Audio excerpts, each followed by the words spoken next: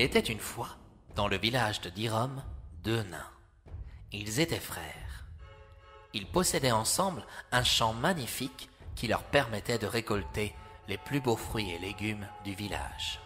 Mais un jour, l'un des deux décida de partager ce champ en deux. Quand il fut question de le limiter, des disputes éclatèrent. Pourquoi mettre une borne en plein milieu? Pour l'un, c'était nécessaire. Pour l'autre, c'était ridicule. L'un d'eux mourut et laissa sa femme veuve. Il n'avait pas d'enfant, car les nains de Dirom ne pouvaient pas en avoir. On omettait le fait de savoir comment ils arrivaient au monde. Certains Britanniens disaient qu'ils étaient les erreurs de certaines relations qui n'auraient jamais dû voir le jour. Beaucoup ignoraient l'existence de ce village.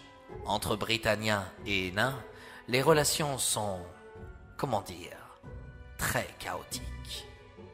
Quelque temps plus tard, le nain qui n'était pas mort, parmi les deux profita de la disparition de l'autre. Un soir, sous un beau clair de lune, il se rendit près de la borne qui délimitait leur champ, en se munissant de ses outils nécessaires pour la déplacer.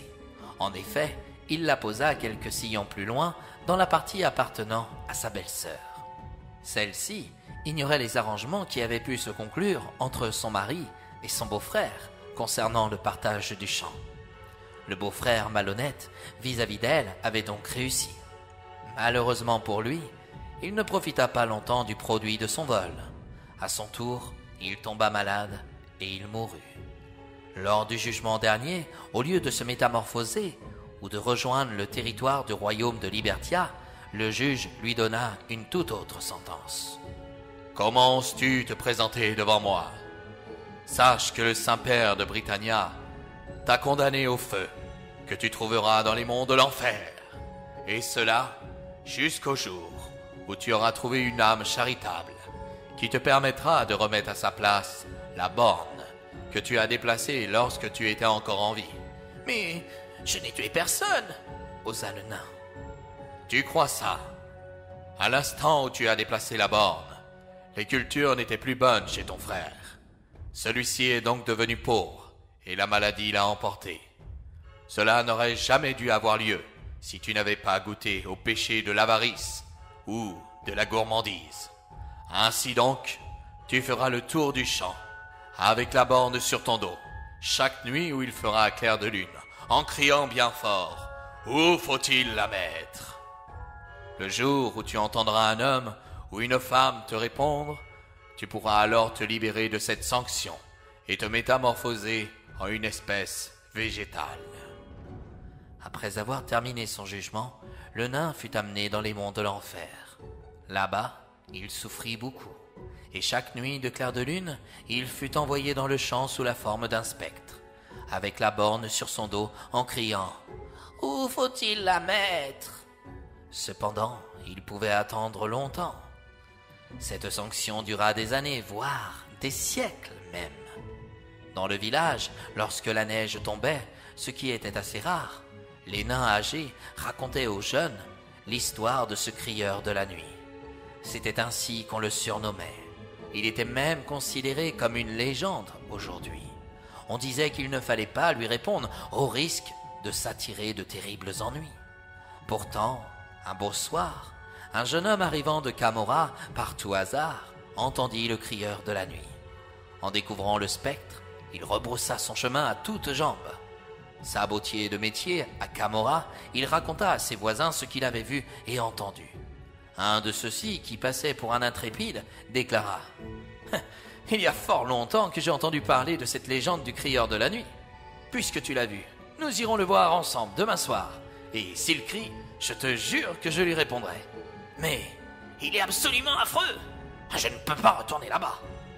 Il te suffit de me montrer juste l'endroit où tu l'as vu. » Pour éviter tout déplacement, le jeune homme dessina une carte et la donna à l'intrépide.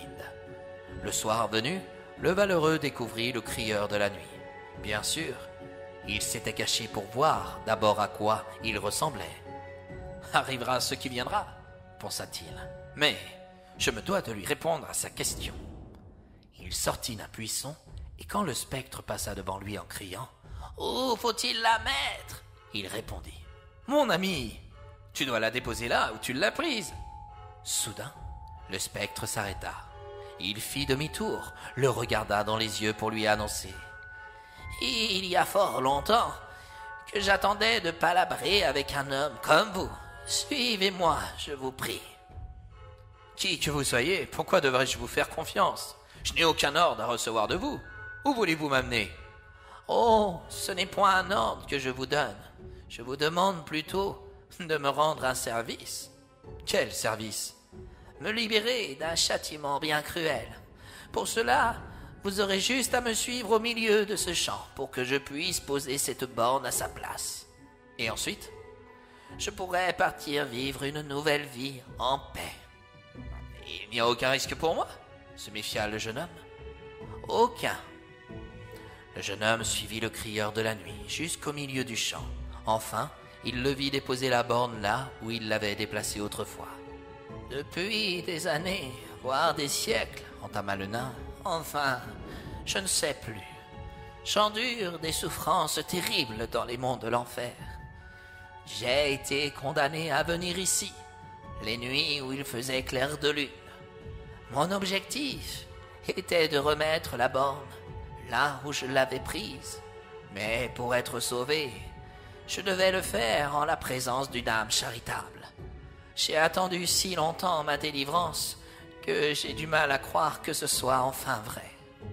Nombreux sont ceux qui sont venus me voir, mais à chaque reprise, la peur les poussait à s'enfuir en courant. Vous seul avez eu du cran pour me répondre, et soyez sûr, ce service que vous m'avez rendu vous portera bonheur. Merci. » Soudain, le spectre disparut et le jeune homme se retrouva isolé au milieu du champ, au beau milieu de la nuit.